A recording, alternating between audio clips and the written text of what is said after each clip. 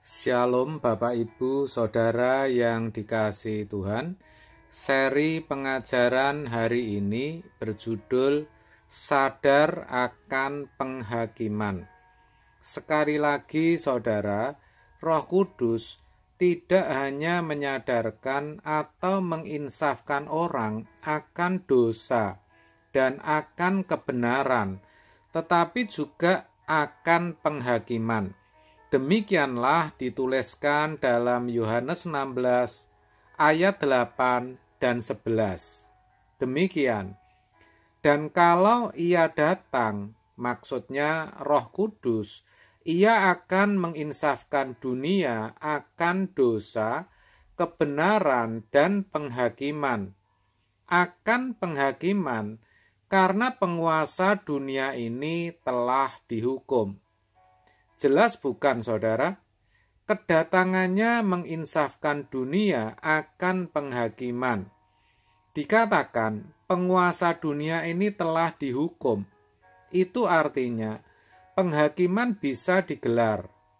Penghakiman di sini dalam terjemahan sederhana Indonesia ditulis dengan pengadilan terakhir. Sedangkan dalam terjemahan Jawa dikatakan paukumane Allah, itu artinya pengadilannya Allah. Itu benar-benar ada. Hukuman itu benar-benar ada dan akan terjadi, saudara.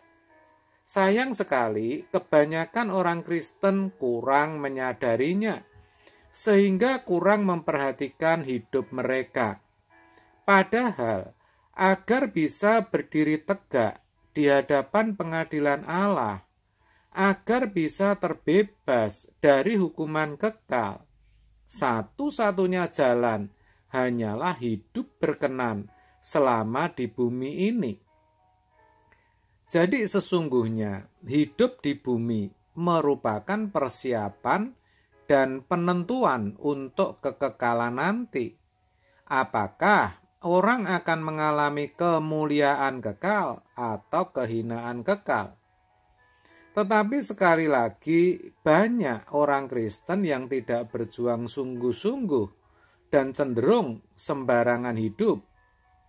Pertanyaannya, kenapa bisa begitu?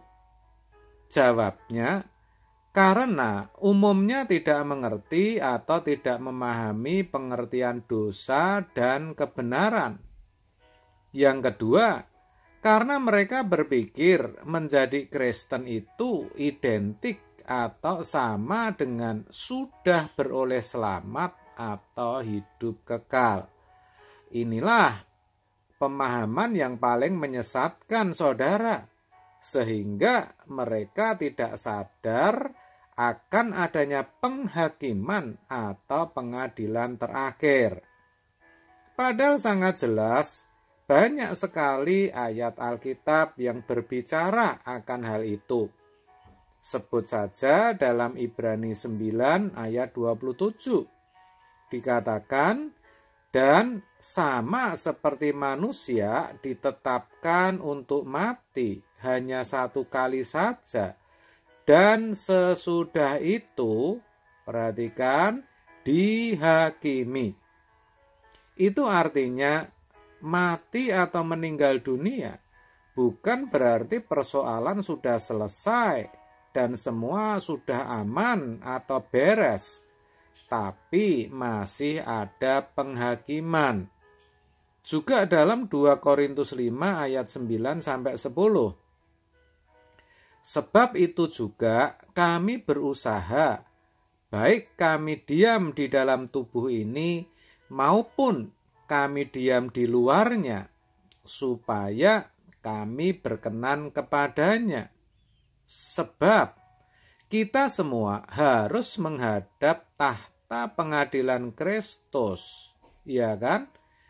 Supaya setiap orang memperoleh apa yang patut diterimanya, sesuai dengan yang dilakukannya dalam hidupnya ini, baik ataupun jahat.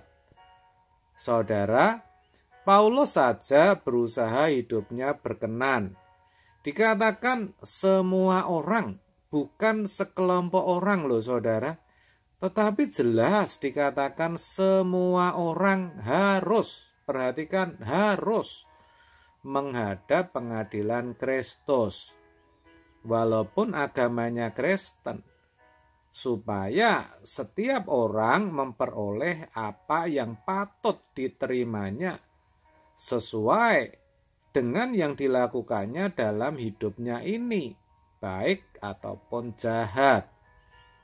Itu mengesankan, menyiratkan bahwa jelas adanya hukuman saudara. Dan yang lebih mengerikan lagi, karena kelak dalam penghakiman itu Kristus tidak pandang bulu. 1 Petrus 1 ayat 17. Dan jika kamu menyebutnya Bapa, yaitu Dia yang tanpa memandang muka menghakimi semua orang menurut perbuatannya, maka hendaklah kamu hidup dalam ketakutan selama kamu menumpang di dunia ini. Dan dengan jelas dan tegas dikatakan Kristus akan menghakimi berdasarkan perbuatan, bukan berdasarkan iman. Ya, saudara, karena apakah seorang beriman atau tidak itu bisa terlihat dari perbuatannya.